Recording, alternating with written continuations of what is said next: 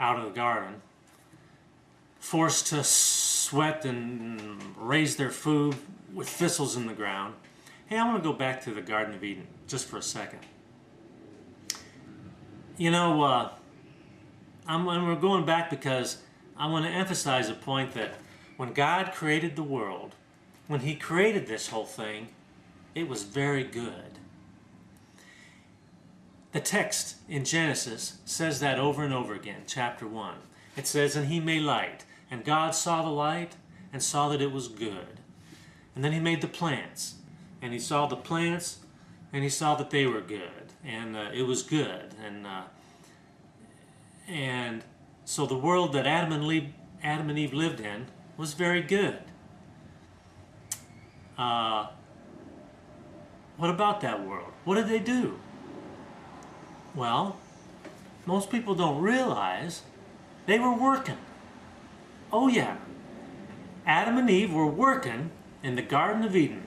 And if you read the text in the first and second chapter of Genesis, you'll see that God put Adam in the garden to tend the garden and to keep it. So he had to, I don't know, pull weeds, certainly had to harvest fruit, and,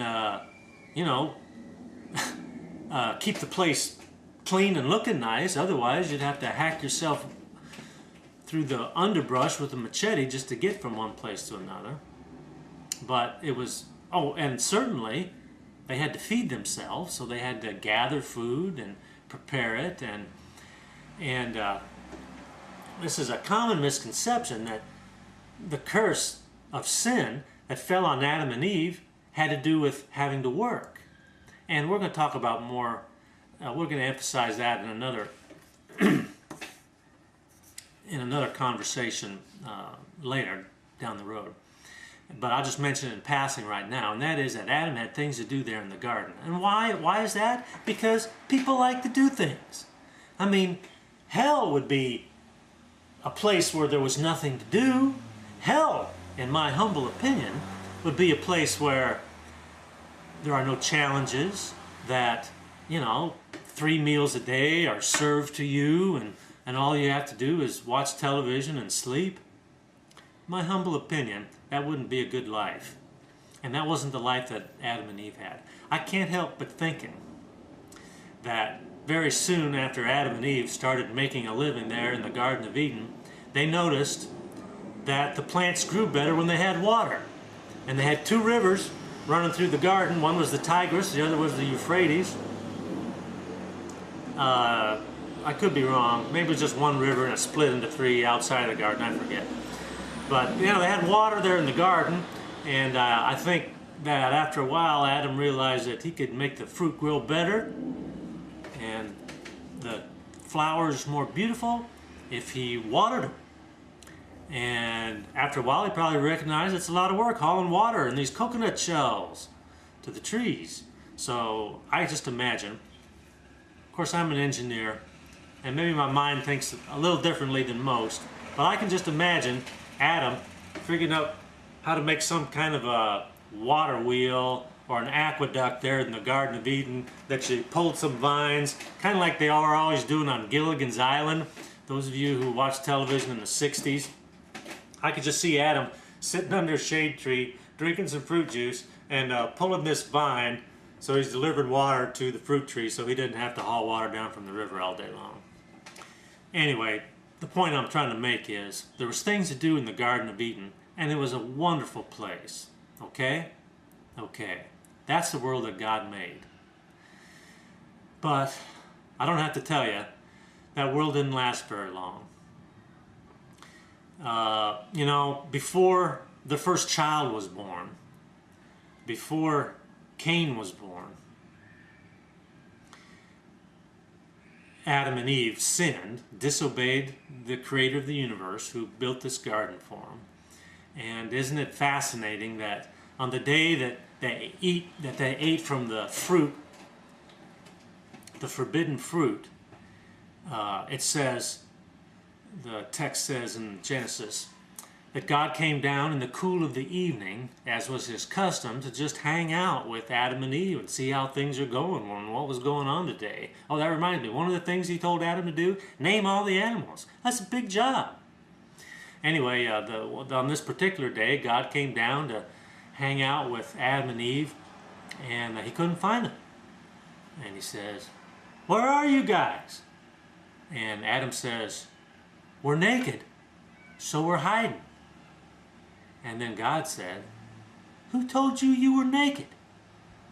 It had never occurred to them before sin entered their lives that they were naked, that they had anything to be ashamed of. But now all kinds of guilt and shame and destructive feelings and actions had entered their lives.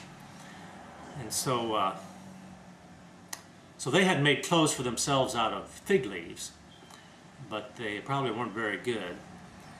And God made them clothes out of animal skins that day. It's significant because God had to kill animals in order to make those skins. That blood had to be shed to cover up the sin and the guilt that Adam and Eve shared. So Adam and Eve get thrown out in the world, and it isn't too long until Cain comes along, and then Abel. And it isn't long after that that Cain kills his brother Abel, and Abel's brother cries out from the ground to God. And Cain gets thrown out and banished and is forced to wander the earth. And I'm just going to skip forward 5,000 years, or 10,000, or 50,000, whatever. And look around the world today, man, and, you know, God created a wonderful place, an ideal place, a place I would like to live in. But that place is not planet Earth in the year 2007. Whew, far from it. Sheesh. You know, I can't help but thinking about when I grew up in Southern California in the 60s. The world was a very different place in 1963 than it is in Texas in the year 2007, although Southern California is no different than Texas in many ways. You know, when I was growing up, people rarely locked the doors of their houses. Did you know that? Yeah, well, they did before they went to bed at night, but during the day, no. When I grew up, it was common to leave your keys in the car, and certainly not to lock up the car with the windows rolled up on a summer day. And I'm going to go back before I was alive, but 50 years before that, out in the country, well, anyway, all this is just to say that we're very suspicious and we don't trust people today, and you have to look hard and long to find an honest person. And you might say to yourself, well, those things aren't very bad. Well, they ain't good.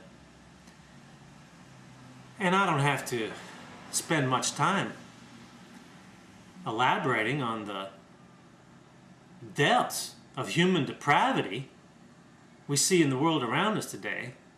And I'm talking about, you know, radical Muslims blowing people up. And I mentioned the daily murders in our big cities, and the hit and run accidents, and the child abuse, and the wife abuse. And those things are terrible.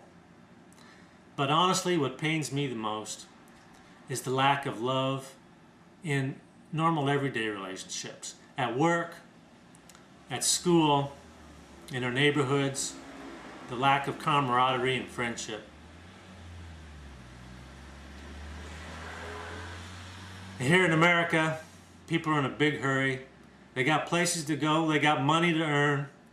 It seems like the purpose for living for most people is to just see how many things they can pile up, to see how fat they can make their bank account, and they're willing to do just about anything to make that happen. And, well, I'm here to tell you, and I hope to convince you in the next few weeks that that is no way to live, and that there's a better way to live. So, Stay tuned. Hang on.